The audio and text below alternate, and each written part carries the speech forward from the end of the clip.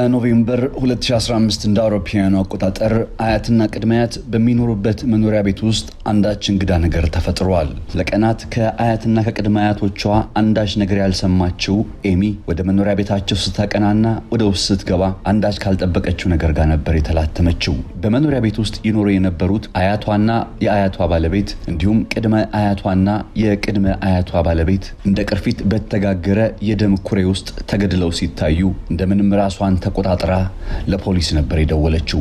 መርማሪዎች በስልክ ጥሪ መሰረት ደርሰው የሆነውን ሲመለከቱ አራቱም አዛውንቶች ተመሳሳይ ሊባል በሚችል መልኩ አንገታቸው በስለት ተወግቷል። እንዲሁም በሽጉጥ ጭንቅላታቸውን ተመተዋል። ኤሚ ፖሊሶች ከደረሱ በኋላ ባሏን ሮስን ጠራችና ከእቅፎቹ ውስጥ እረፍት የምታገኝ ይመስል በእቅፎቹ መሸሸግ መረጠች። መርማሪዎቹም ከተገደሉት አራት አዛውንቶች ጀርባ ሊኖር የሚችለውን ገፊ ምክንያት ለማጤን ጥረታቸውን ሲጀምሩ ተግባራቸው የነበረው ነፍሰ ገዳዩ ሰው መስኮት አሊያም በራፍ ከፍቶ ሰብሮ ገብቷል ወይ የሚለውን እንዲሁም የተሰረቀ ነገር አለ ወይንስ የለም የሚለውን በማጤን ነበር። በዚሁ ሂደት ታዲያ የተረዱት ነገር በመኖሪያ ቤቱ መስኮቱም ሆነ በራፍ ሰብሮ የመግባት ሙከራ አለመኖሩን ብቻ ሳይሆን ምንም እንኳን በመኖሪያ ቤቱ ውስጥ በርካታ ውድ ሊባሉ የሚችሉ ቁሳቁሶች ቢኖሩም አንዳቸውም ከተቀመጡበት አለመነሳታቸውና አለመሰረቃቸውን ነው። ይህም ማለት ነፍሰ ገዳዩ ሰው እነዚህን አዛውንቶች የሚያውቅ የቅርብ ሰው ሊሆን ይችላል። አሁን መርማሪዎቹ ማድረግ ያለባቸው ነገርም ወደ ነፍሰ ገዳዮቹ መዳፍ ለመቅረብ የሚያደርጉትን ጥረት የሚጀምረው ግድያውን ደውላ ለፖሊስ ከጠቆመችው ከሟች ቤተሰብ ኤሚና ከባለቤቷ ማርክ መሆን ነበረበት። ለዚሁ ማጠናከሪያ የሆናቸው አንድ ፍንጭ ደግሞ ቀደም ብሎ በሟች መኖሪያ ቤት ውስጥ እንደነበረ ሟች ከመሞታቸው በፊት በተነሱ ምስሎች የተረጋገጠ በሺዎች የሚቆጠሩ ዶላሮች አሁን ጠርጣሪ በሆኑት በኤሚና በማርክ ካዝና ውስጥ መገኘታቸው ሲሆን እነዚሁ የገንዘብ ኖታዎች ተመሳሳይ ቁጥር የያዙ መሆናቸው ይበልጥ ጥርጣሬውን ከፍ አድርጎታል።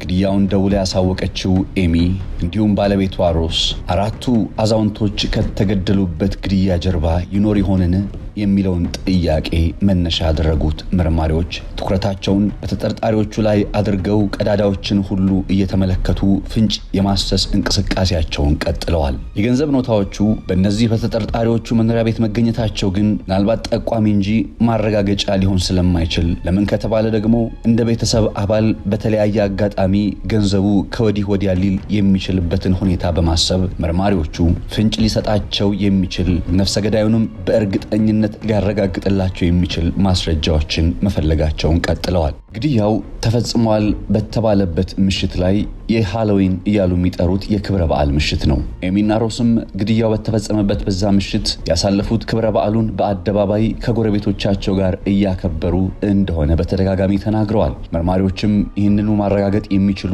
የቃል ምስክርነትን ከጎረቤቶቻቸው ለማግኘት በአንድ በኩል ጥረት እያደረገ ቀጥሏል። እነዚህን ጥቃቅን ማስረጃዎች እንደ ሹራብ እየተረተሩ መርማሪዎቹ ሲወርዱ ግን ይበልጥ ከአስፈሪው እውነት ጋር ቢፋጠጡ እንጂ ሌላ ምንም መዳረሻ አልነበራቸውም። በኤሚና በባሏ ሮስ ካዝና ውስጥ ከተገኙት የብር ኖታዎች ጀርባ በደም የተነከሩ እጆች እንዳለባቸው የሚጠቁም አይነት ሁኔታዎችን መረዳት የጀመሩት ከዚህ በኋላ ነው። ይሁን እንጂ ተጨባጭ የሆነ ማስረጃ ባለማግኘታቸው ሳቢያ ተጠርጣሪዎቹን ፍርድ ቤት አቅርቦ መገተር ባለመቻላቸው አራቱ አዛውንቶች ማን ገደላቸው፣ ለምንስ ገደላቸው የሚሉ ጥያቄዎች ሳይመለሱ መርማሪዎቹ ኬዙን ለመዝጋት ተገደዱ።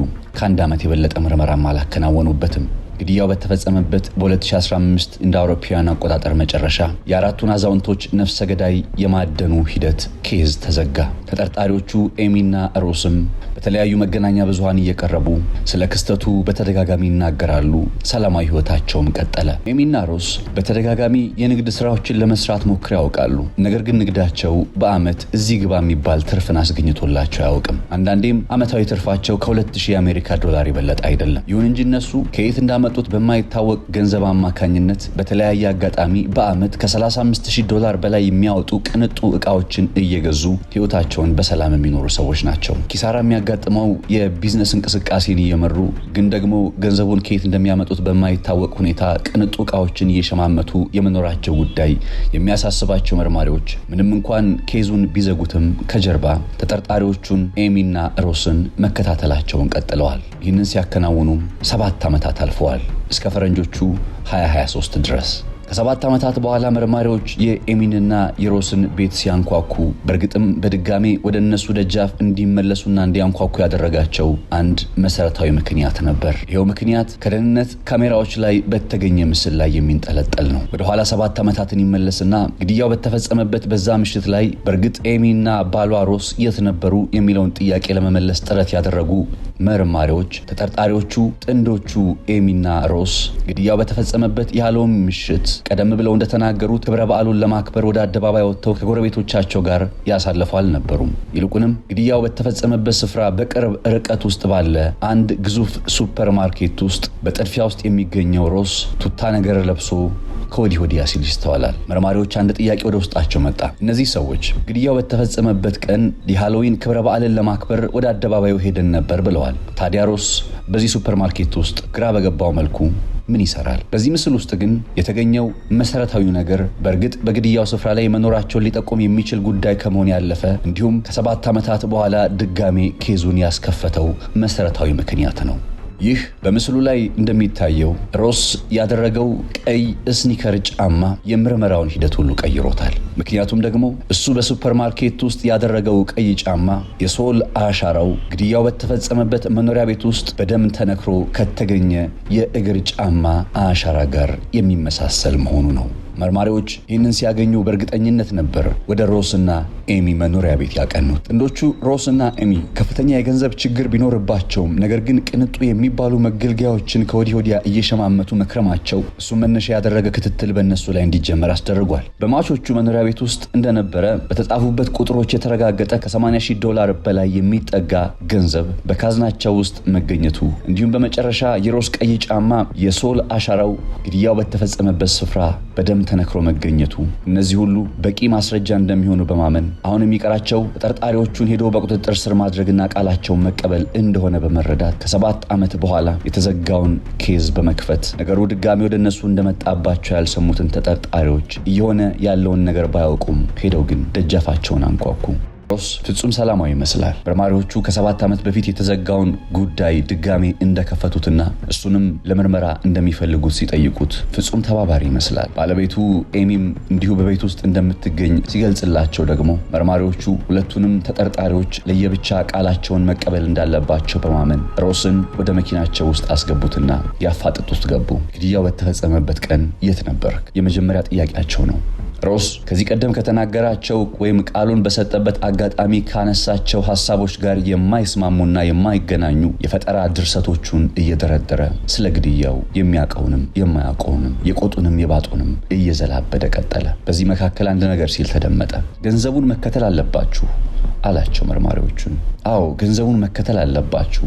ከሟቾቹ መካከል የኤሚ አያት ባል የሆነው ማይክ ከፍተኛ ዋጋ የሚያወጡ ውድ ዕቃዎችን ይሸምት ነበር፣ ውድ ዕቃዎችን የሚሸጥ ነበር። ታዲያ በአንዳንድ አጋጣሚዎች ላይ እነዚህ ውድ ዕቃዎችን ሊሸጥላቸው ወይም ሊገዛቸው የሚመጡ ግለሰቦች ጋር አለመግባባት ይፈጠር ነበር። ምናልባት ይህ አለመግባባት አንዳንዴ አደጋ ሊያደርስበት እንደሚችል ጭምር እኔም ነግሬው አውቃለሁኝ እያለ ቀጥሏል ተጠርጣሪው ሮስ። መርማሪዎቹ ምን አይነት ማስረጃ ይዘውለት እንደመጡ አላወቀም። ቀጠለ። እናንተም ወደ ገዳዩ መድረስ የምትፈልጉ ከሆነ ሲመስለኝ ማድረግ ያለባችሁ ነገር ገንዘቡን መከተል ነው።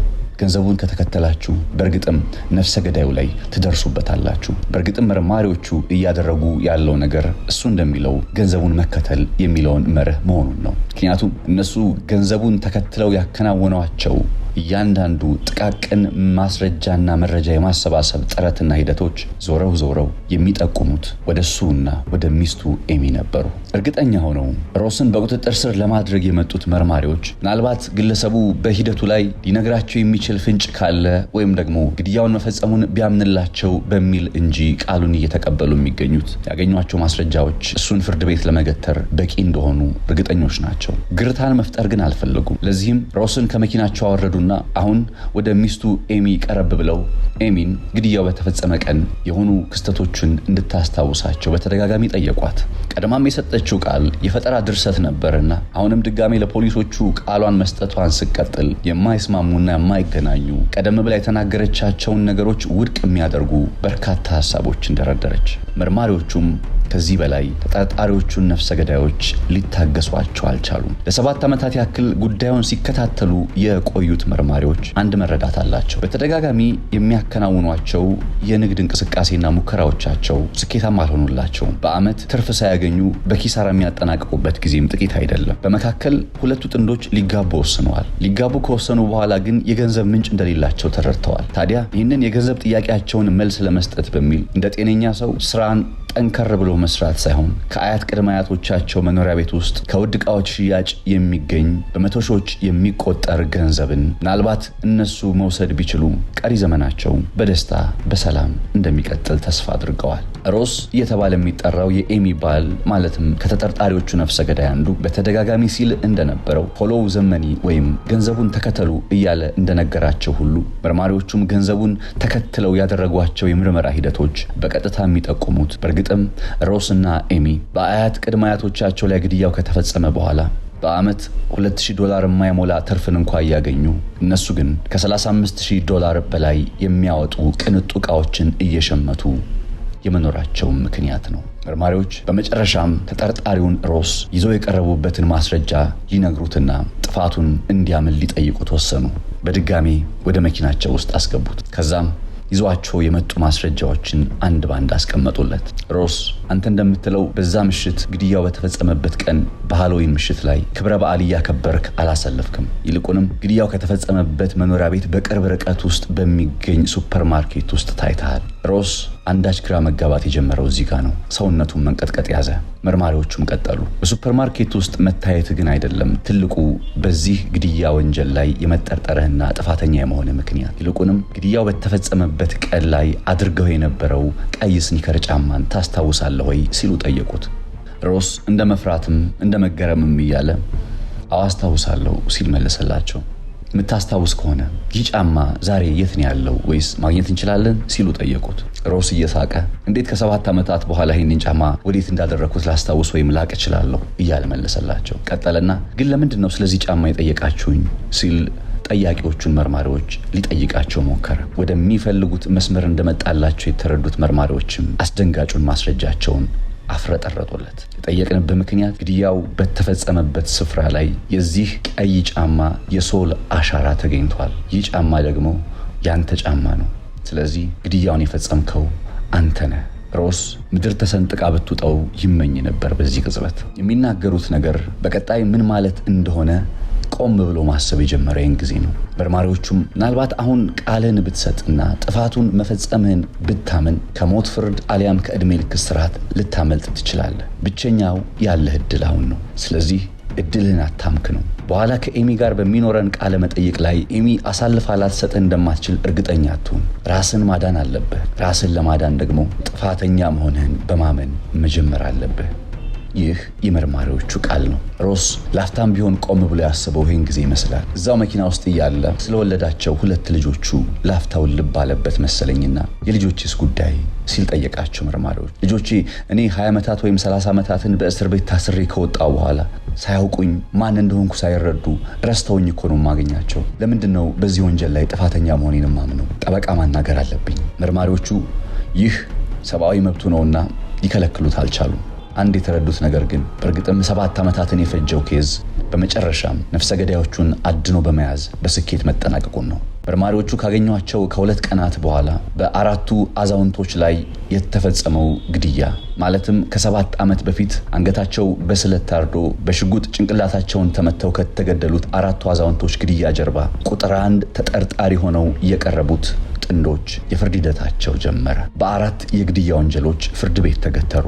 ማለትም የኤሚ አያትና የአያቷ ባል ማይክ እንዲሁም የኤሚ ቅድመ አያትና የቅድመ አያቷ ባለቤት። እነዚህ ጥንዶች ሰርቶ ከመለወጥ ይልቅ ሰው ላይ አሰቃቂ የሆነ ግድያን ፈጽሞ ዘርፎ መለወጥን የመረጡ ይመስላሉ። ይሄው ውሳኔያቸውም ምናልባት 7 ዓመታትን ቅንጡ በሆነ መልኩ ህይወትን እንዲገፉ አስችሏቸው ሊሆን ይችላል። ነገር ግን እያንዳንዱ የምርመራ ሂደቶች በጥልቀት መከናወናቸው ከይዙ ተዘጋ ከተባለም እንኳን መርማሪዎች ስራዬ ብለው ጉዳዩን በክትትል ላይ ማቆየታቸው በመጨረሻም ዋጋ ከፍሏቸው ተጠርጣሪዎቹን በቁጥጥር ስር አድርገው ፍርድ ቤት ማቆም አስችሏቸዋል። እነዚህ ሁለቱ ተጠርጣሪዎች መጨረሻ የሚታወቀው ከ3 ወር በኋላ ለመጨረሻ ጊዜ ፍርድ ቤት ቀርበው ፍርዳቸውን ሲቀበሉ ነው። መርማሪዎች ያቀረቧቸው ማስረጃዎች በቂ እንደሆነ ያመነው የሀገሪቱ ፍርድ ቤትም ለመጨረሻው ውሳኔ ከ3 ወራት በኋላ ቀነቀጠሮ ይዟል። ምናልባት የዕድሜ ልክ እስራት የሁለቱም ጥንዶች እጣ ፈንታ ሊሆን እንደሚችል ጉዳዩን በቅርበት ሲከታተሉ የነበሩ የህግ ባለሙያዎች ይናገራሉ።